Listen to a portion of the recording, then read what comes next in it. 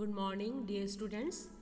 आज हम BA second year में जो हमारे प्रमुख संविधान है विभिन्न देशों के, जिसमें जो पहला स्थान आता है वो है ब्रिटेन का यानी ब्रिटिश संविधान कॉन्स्टिट्यूशन, और सेकंड आता है यूएसए कॉन्स्टिट्यूशन। तो यूएसए का जो संविधान है उसमें हमने उसके करेक्टरिस्टिक पढ़ लिए थे, यानी उसकी विशेषताओं का वर्णन हमने कर लिया था। अब हम आगे बढ़ें, और आगे बढ़ने में प्रश्न उठता है कि जो संयुक्त राज्य का जो अमेरिका का संविधान है उसके स्रोत क्या हैं, सोर्सेस क्या हैं। तो आज हम इसकी विस्तार पूर्वक अध्ययन करेंगे, और जहाँ आपको ये समझ में नहीं आता है, मैं बार बार आपसे वही रिपीट करती हूँ कि आप व्हाट्सएप पे अपने या नोटिफिकेशन के द्वारा आप मेरे से क्वेश्चन कर सकते हैं। तो आगे बढ़ें। तो कहने का ये है कि फिलाडेल्फिया सम्मेलन द्वारा जो निर्मित लेख है उसमें अमेरिकी संविधान नहीं है। यद्यपि अमेरिकी संविधान को निर्मित संविधानों की श्रेणी में रखा गया है, किंतु इसका अर्थ ये नहीं कि अमेरिकी संविधान का विकास नहीं हुआ है। तो लॉर्ड ब्राइस ने क्या कहा, जैसे राष्ट्र बदला है वैसे ही आवश्यक रूप से संविधान भी बदला है। तो संयुक्त राज्य अमेरिका का जो संविधान संयुक्त राज्य अमेरिका का सर्वोच्च कानून है। नई दुनिया की स्वतंत्रता की घोषणा के उपरांत जिस संविधान का निर्माण हुआ है उसने न सिर्फ अमेरिकी जनता और राष्ट्र को एक सूत्र में बांधा, बल्कि विश्व के समक्ष एक अपना आदर्श भी स्थापित किया। अमेरिकी संविधान विश्व का पहला लिखित संविधान है। इसके पहले आपने पढ़ा भी होगा, बताया भी गया था कि जो ब्रिटेन का संविधान है वो क्या है, अलिखित। लेकिन जो यूएसए का संविधान है वो पहला यानी फर्स्ट अपना लिखित संविधान है, जिसमें राज्यों के बारे में चर्चा की गई, उसके स्वरूप के बारे में यानी स्ट्रक्चर के बारे में बात की गई, नागरिकों के अधिकार, उनके राइट्स क्या हैं, और शक्तियों के पृथक्करण का सिद्धांत और न्यायिक पुनरावलोकन, ये बड़े महत्वपूर्ण हैं जिसमें शामिल है। अमेरिका का संविधान एक लिखित संविधान है और 1789 में लागू होने से लेके आज तक यह बदलते परिवेश और आवश्यकताओं के अनुरूप निरंतर परिवर्तित और विकसित होता रहा है। चार्ल्स बियर्ड के अनुसार अमेरिका का संविधान एक मुद्रित दस्तावेज है, यानी एक लिखित में एक दस्तावेज है जिसकी व्याख्या न्यायिक निर्णयों, पूर्व घटनाओं और व्यवहारों द्वारा की जाती है, और जिसे समझ और आकांक्षाओं द्वारा आलोकित किया जाता रहा है। आगे बढ़े हम। 17 सितंबर 1787 में संवैधानिक कन्वेंशन फिलाडेल्फिया और 11 राज्यों में सम्मेलन की पुष्टि के द्वारा संविधान को अपनाया गया, और 4 मार्च 1789 को ये प्रभावी हुआ, और संविधान को अपनाने के बाद ही उसमें 27 संशोधन कर दिए गए हैं। कितने संशोधन किए गए? 27 संशोधन। ये मैं बार बार आपसे कहती हूँ, और यहाँ पे मैंने आपको अंडरलाइन भी किया है। पहले 10 संशोधन 25 सितंबर 1789 को कांग्रेस के द्वारा प्रस्तावित किए गए, और 15 दिसंबर 1791 पर अमेरिका की आवश्यक 3/4 द्वारा पुष्टि की गई। ये पहले 10 संशोधन बिल ऑफ राइट्स के नाम से जाने जाते हैं। और मैं फिर ये आपको कहूँगी, मैं इसमें बार बार स्पष्ट लिख देती हूँ कि ये जो पहले 10 संशोधन है ये किसके नाम से जाने जाते हैं? बिल ऑफ राइट्स के नाम से जाने जाते हैं। अब अमेरिका के संविधान का महत्व क्या है? अमेरिका के संविधान का महत्व क्या है? तो अमेरिका के संविधान का महत्व हम बड़े संक्षिप्त में मैं बताने का प्रयास करूंगी कि इसका जन्म उस वक्त हुआ जब फ्रांस राजतंत्र रोम में पवित्र साम्राज्य पेकिंग में स्वर्ग के आदेश और संत साम्राज्य का अस्तित्व था। कालांतर में पवित्र साम्राज्य पेकिंग में स्वर्ग के आदेश और संत साम्राज्य का अस्तित्व होने के कारण शनि शनि अतीत के गर्भ में समाहित होते चले गए, और अमेरिकी संविधान तमाम संघर्षों टकराव के बावजूद आज भी जीवित है और एक आदर्श लोगों के सामने है। अमेरिकी संविधान के निर्माण ने विश्व को लिखित और प्रजातांत्रिक सरकार का आधार भी प्रदान किया है और संविधान में शक्ति के पृथक्करण, सेपरेशन ऑफ पावर जिसे हम कहते हैं, बड़ा महत्वपूर्ण है और संघीय सरकार की स्थापना और न्यायपालिका की सर्वोच्चता आधुनिक राजनीतिक प्रणाली की ये आधारशिला मानी गई है। विश्व की जो प्रमुख शक्ति है उसको बनाने में अमेरिका का संविधान का बड़ा महत्वपूर्ण योगदान है। अब हम आगे पढ़ेंगे कि अमेरिका के संविधान का निर्माण किस तरह से हुआ। ये मैं बहुत शॉर्ट में बता रही हूँ, फिर हम इसके सोर्सेस में आएंगे और जब तक हम इसका इनिशियल यानी जड़ से इसकी शुरुआत नहीं करेंगे अमेरिकी संविधान का अध्ययन, हमें तब तक इसका जो एंड है वो समझ में नहीं आएगा। तो बच्चों आगे बढ़े। अमेरिका में जिस संविधान का निर्माण हुआ वह कई चरणों और बड़े बहस के से गुजरा हुआ है। अमेरिकी संविधान की विशेषताओं को समझने जो मैंने आपको बताया था उसके पहले संविधान निर्माताओं के समक्ष बहुत चुनौतियां सामने आई थी और शॉर्ट में इसकी जो चुनौतियां हैं वो क्या हैं वो मैं आपको बताती हूँ। पहला था कि राष्ट्र निर्माण का जो कार्य स्वतंत्रता प्राप्ति से शुरू हुआ उसे पूर्णता यानी अंतिम तक पहुंचाना अर्थात विषमतावादी समाज को एक सूत्र में बनाए रखते हुए विकास को प्रोत्साहित करना। ये बड़ी चुनौतियां थी कि हम सब एक साथ मिलकर कैसे काम करेंगे और संविधान का निर्माण करेंगे। नंबर 2 आता है राज्य का स्वरूप कैसा हो, प्रजातांत्रिक हो या संघीय हो। ये हमारे यहाँ भी भारतीय संविधान में आई थी जब हमारा देश आज़ाद हुआ और संविधान को यहाँ पे लागू करने की बात हुई तो हमें प्रश्न ये था कि हमारा देश कैसा होना चाहिए, कौन सी व्यवस्था यहाँ पे प्रतिपादित होनी चाहिए। तीसरा आता है वाद विवाद का एक विषय केंद्र बनाम राज्यों की सर्वोच्चता या उसकी संप्रभुता या प्रभुसत्ता को लेकर।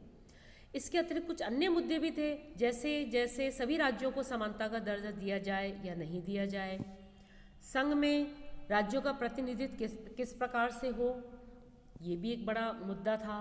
प्रजातांत्रिक सरकार के जो समर्थक थे उन्होंने क्या मत दिया ये मैं आपको बताती हूँ।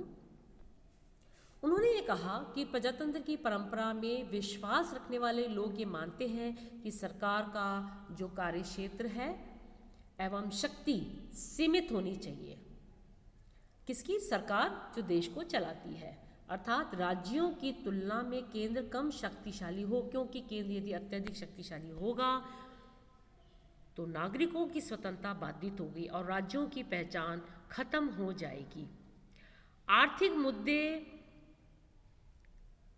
अर्थात जो अपने आर्थिक मुद्दे हैं उसमें उन वर्ग का ये मानना था कि संपत्ति केवल कुछ ही व्यक्तियों के हाथों में संचित न रहे और आय के न्यायोचित वितरण के लिए बड़े बड़े कृषि फार्मों के स्थान पर क्या होना चाहिए? छोटे कृषि फार्म हो।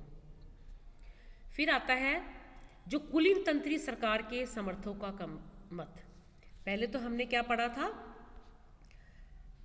अमेरिकी संविधान के निर्माण में जो प्रजातांत्रिक, मैं फिर आपको रिपीट करती हूँ, जो प्रजातांत्रिक समर्थक थे उनका क्या मत है, ये थे प्रजातांत्रिक।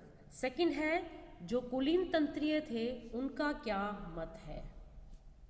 अमेरिका में ज़्यादातर जो संपत्तिशाली व्यक्ति व्यापारी वर्ग हैं ये कुलीन तंत्र में विश्वास रखने वाला दूसरा वर्ग था। इस वर्ग का जो प्रमुख प्रवक्ता था वो हैमिल्टन था और इस वर्ग की क्या मान्यता थी कि बहुमत पर आधारित प्रजातांत्रिक शासन से व्यक्तिगत अधिकारों का हनन होगा। इस वर्ग का विश्वास था कि वास्तविक शक्ति जनसाधारण में नहीं होनी चाहिए बल्कि किस में होनी चाहिए? उच्च और बौद्धिक वर्ग में होनी चाहिए, क्योंकि जनसाधारण अज्ञानी और अनुशासनहीन होते हैं। फिर आता है संविधान निर्माण की प्रक्रिया। क्या है संविधान निर्माण की प्रक्रिया? संविधान के निर्माण को लेकर विवादों के उपरांत 1776 में महाद्वीपीय कांग्रेस के प्रत्येक उपनिवेश से एक सदस्य लेकर एक समिति का गठन हुआ। उसका जो प्रमुख कार्य एक ऐसे परिसंघ के संविधान पर विचार करना था जिसके अंतर्गत एकजुट होकर सभी उपनिवेश स्वाधीनता संग्राम या स्वतंत्रता संग्राम का अभियान जारी कर सके। अब अमेरिका का जो प्रथम संविधान अथवा युद्धकालीन अल्पकालिक संविधान कहा जा सकता है, फिर भी ये मैं आपको बताती हूँ कैसा कहा जा सकता है। अमेरिका का प्रथम जो पहला संविधान है वह युद्धकालीन अल्पकालिक संविधान कहा जाता है। ये सब नीट टाइप के क्वेश्चंस हैं। अब युद्धकालीन संविधान की क्या विशेषताएं थी? पहली बार उपनिवेश के संघ के लिए संयुक्त राज्य अमेरिका अर्थात यूनाइटेड स्टेट ऑफ अमेरिका नाम दिया गया। ये आपको याद रखना पड़ेगा। क्या नाम दिया? The United state of America. सरकार का स्वरूप कैसा था? संघीय, अर्थात केंद्रीय सरकार की स्थापना की गई जिसके अधिकार निश्चित और सीमित थे। जब हम संघ की बात करते हैं तो उसमें दो चीज़ें आती हैं, एक तो आता है केंद्र और एक आता है राज्य। ये मैं आपको जिसको समझ में नहीं आता संघ हम किसे कहते हैं, तो इसमें संघ सरकार में दो चीज़ें आती हैं, एक तो केंद्र सरकार आती है और दूसरी क्या आती है? राज्य सरकार। आगे बढ़े तो केंद्रीय सरकार की स्थापना की गई जिसके अधिकार निश्चित और सीमित थे और संघीय कार्यों के संचालन हेतु एक सदस्यीय यानी सदस्यीय कांग्रेस की स्थापना की गई। इस कांग्रेस में प्रतिवर्ष 2 से 7 प्रतिनिधियों को राज्य भेजेगा। कौन भेजेगा? राज्य। ये मैं फिर आपको करती हूँ कि इस कांग्रेस में 2 से 7 प्रतिनिधियों को भेजेगा। कौन भेजेगा? राज्य। किंतु प्रत्येक राज्य का जो मत है मूल्य एक ही होगा। किसी प्रस्ताव की स्वीकृति के लिए 13 राज्यों में से 9 का बहुमत आवश्यक है। ये एक संघीय व्यवस्था का निर्धारण हो रहा है। आगे बढ़े। कांग्रेस को अन्य राष्ट्रों के साथ राजनीतिक संबंध स्थापित करने, वहाँ कांग्रेस किसे कहते हैं मैं फिर बताऊँ, वहाँ के सदन को कहते हैं। संसद को क्या बोलेंगे हम? कांग्रेस। आप कांग्रेस को दल से नहीं लेंगे, कांग्रेस वहाँ सदन का नाम है। राजनीतिक संबंध स्थापित करने यानी मुद्रा जारी करने, ऋण लेने, युद्ध की घोषणा करने, संधि करने आदि नीतियों का निर्माण का अधिकार दिया गया। यानी राज्यों को केंद्र की तुलना में अधिक शक्तिशाली बनाया गया। किसको बनाया गया? राज्यों को। अब हम जब राज्य की यानी हम भारत की बात करेंगे तो भारत में कौन शक्तिशाली है? केंद्र। राज्य कम शक्तिशाली है, लेकिन अमेरिका में राज्य को शक्तिशाली बनाया गया, केंद्र को कम शक्तिशाली बनाया गया। अब इसकी सीमाएं कितनी थी, लिमिटेशन क्या है? तो पहली बात, कमजोर केंद्र की स्थापना शक्तिशाली राज्यों के स्वरूप से राज्य अपने को अलग स्वतंत्र इकाई रूप में समझने लगे। ये बहुत बड़ा ड्रॉप एड है। यदि हम राज्यों को शक्तिशाली बनाएंगे तो केंद्र से अपने को ज़्यादा शक्तिशाली घोषित करने की कोशिश करेंगे। कांग्रेस राज्यों के पारस्परिक व्यापार वाणिज्य निमित्त नहीं कर सकती थी। राज्यों की इच्छा पर यह निर्भर था कि वे कांग्रेस के निर्णय को अपने क्षेत्र में लागू करें या ना करें। ये आप समझ गए होंगे। जैसे हमारे भारत में केंद्रीय यानी संघीय सूची के अंतर्गत जो विषय दिए गए हैं उसमें केंद्र सरकार कानून बनाती है, वो राज्यों को भी लागू करना पड़ता है। लेकिन यहाँ पे जब हम लिमिटेशन की बात करेंगे तो लिमिटेशन में क्या हुआ कि ये राज्यों की इच्छा पे निर्भर था कि वे कांग्रेस के निर्णय को अपने क्षेत्र में लागू करें या ना करें। इस प्रकार युद्ध के दौरान तो यह संविधान चलता रहा, लेकिन उसकी समाप्ति पर राज्यों के मतभेद उभर कर सामने आने लगे। संयुक्त राज्य अमेरिका के संविधान की एक उद्देशिका में ये कहा गया है कि संयुक्त राज्य की जनता ने तैयार किया है और कांग्रेस नामक एक राष्ट्रीय विधायिका का गठन, जिसमें 2 सदन होंगे, हाउस ऑफ रिप्रेजेंटेटिव और उच्च सदन किसे कहेंगे? सीनेट। समानता का सिद्धांत सीनेट ने बनाए रखा जाएगा और उसके उपरांत प्रत्येक राज्य में उसके 2-2 सदस्य यानी सीनेटर दिए जाएंगे। प्रत्येक सीनेटर की सदस्य संख्या कितनी होगी? 6 साल की। सीनेट को सभी प्रकार के महाभियोग पर विचार करने का अधिकार मिला। हाउस ऑफ रिप्रेजेंटेटिव में राज्यों का जो प्रतिनिधित्व था उसकी जनसंख्या के आधार पर तय हुआ और इस सदन के सदस्य का चुनाव भी कितने वर्ष के लिए होगा? 2 वर्ष के लिए होगा। अब हम आगे बढ़ते हैं, मेन मुद्दे पर आते हैं। ये थोड़ी इसकी कुछ विशेषताएं, सीमाएं और कुछ ऐसी थी जो मुझे आपको बताना बहुत ज़रूरी था।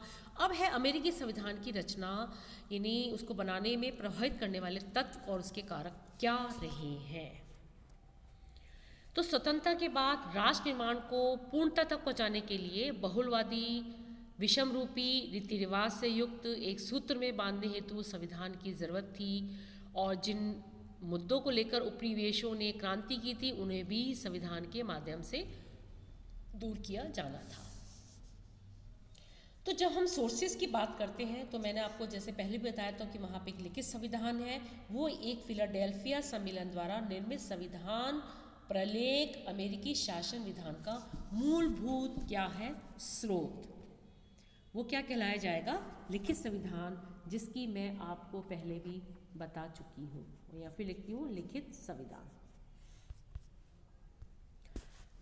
अब ये जो तत्व थे, इसमें देश को गणतंत्र का स्वरूप प्रदान किया गया, यानी गणतंत्रात्मक सरकार का गठन होगा और अमेरिकी संविधान में गणतंत्र की स्थापना की बात की गई। फिर है संघीय व्यवस्था को अपनाया जाना। वन आउट ऑफ मैनी कैसे हुआ, यानी संघीय शासन प्रणाली की स्थापना की गई और राज्यों के समान हितों की रक्षा के लिए जो महासंघ अस्तित्व में आया उसे यूएसए का नाम दिया गया। एक शक्तिशाली केंद्र की स्थापना की गई, एक शक्तिशाली केंद्र की स्थापना ताकि राज्य अपने निहित स्वार्थों के कारण आगे चलकर स्वतंत्र होने का प्रयास ना करें, और दूसरी तरफ राज्यों की पहचान बनाए रखने का भी प्रावधान किया गया। हमारे यहाँ संविधान में भी एक शक्तिशाली केंद्र की स्थापना की गई है। फिर आता है शक्ति का पृथक्करण का सिद्धांत। मैंने आपको फिर बताया था कि सरकार के 3 अंग होते हैं, व्यवस्थापिका, कार्यपालिका, न्यायपालिका।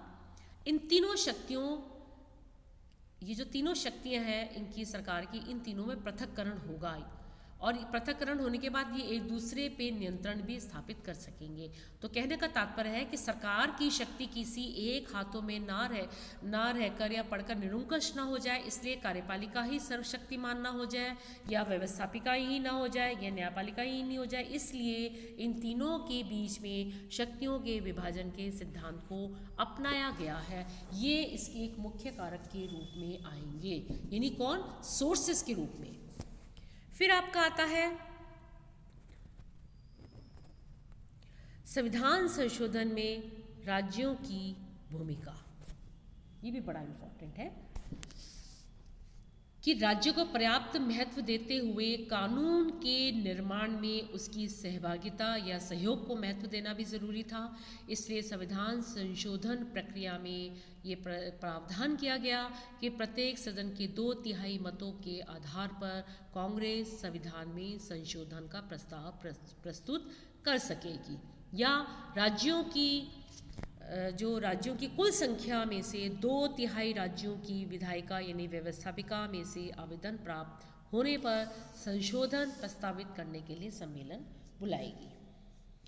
अब कहने का मतलब है कि जब हम सोर्सेज की बात करते हैं तो संविधान संशोधन ने लिखित संविधान पर आवश्यक चर्बी चढ़ाने का कार्य किया है। कैसे? अमेरिकी संविधान को समय और परिस्थितियों के अनुकूल ढालने में संविधान संशोधन की महत्वपूर्ण भूमिका रही, और इसलिए अब तक केवल 27 संशोधन ही हुए हैं। राष्ट्रीय अर्थव्यवस्था को मजबूत करना। राष्ट्रीय अर्थव्यवस्था को वाणिज्य सौदागर के चंगुल से मुक्त कर एक स्वतंत्र आर्थिक नीति का निर्माण करना जरूरी था, और इस तरह से अमेरिका में जिस संविधान का निर्माण हुआ वह कई चरणों वाद विवाद से गुजरा। अमेरिकी संविधान की विशेषताओं को समझने से पहले संविधान निर्माताओं के समक्ष कुछ चुनौतियां भी आई थी। हमने उन चुनौतियों का पहले भी वर्णन कर चुके थे, और एक बार मैं फिर रिपीट करके इसको फिर से मैंने हेडलाइन में लिया है। वो चुनौतियां क्या थी, यानी सभी समाजों विषमवादियों को एक सूत्र पे बनाए रखना, राज्यों का स्वरूप प्रजातांत्रिक या संघीय होना, केंद्र या राज्यों की सर्वोच्चता प्रभुसत्ता को लेकर जो मुख्य मुद्दे थे उनको दूर करना, और जिन मुद्दों को लेकर उपनिवेश ने क्रांति करी थी उन्हें भी संविधान के माध्यम से दूर किया गया। इस तरह से हमारे जो अमेरिकी संविधान के जो मुख्य स्रोत थे वो हम यदि संक्षेप में बात करते हैं तो मुख्य स्रोत के रूप में लिखित संविधान, संविधान संशोधन, कांग्रेस द्वारा जो पारित अधिनियम होते हैं, न्यायिक व्याख्या जिसमें मुनरो ने बड़े अच्छे शब्दों में कहा है कि प्रत्येक सोमवार को सुबह जब सर्वोच्च न्यायालय अपने निर्णय देता है तो संविधान संशोधित हो जाता है। वहाँ की परंपराएं, वहाँ के जो प्रमुख अमेरिकी संविधान की परंपराएं में जैसे राजनीतिक दल, कैबिनेट प्रणाली का अभ्युदय, सीनेट का शिष्टाचार जिसमें राष्ट्रपति द्वारा की हुई केंद्रीय नियुक्तियों को यह सोचकर स्वीकार कर लेती है कि राष्ट्रपति राज्यों की नियुक्तियों में उनकी इच्छाओं का आदर करेगा। और सबसे अंत में जो बात आती है वो सोर्सेस के रूप में वो आती है राष्ट्रपति का चुनाव, जो पूर्णतः परंपरा पर आधारित है। राष्ट्रीय सम्मेलन प्राथमिक चुनाव की कोई व्यवस्था नहीं है और लिखित होते हुए परंपराओं द्वारा उनका अनवरत विकास होता है। तो इस तरह से संयुक्त राज्य का जो संविधान है, जो उसके स्रोत हैं, वो यहीं पे समाप्त होते हैं।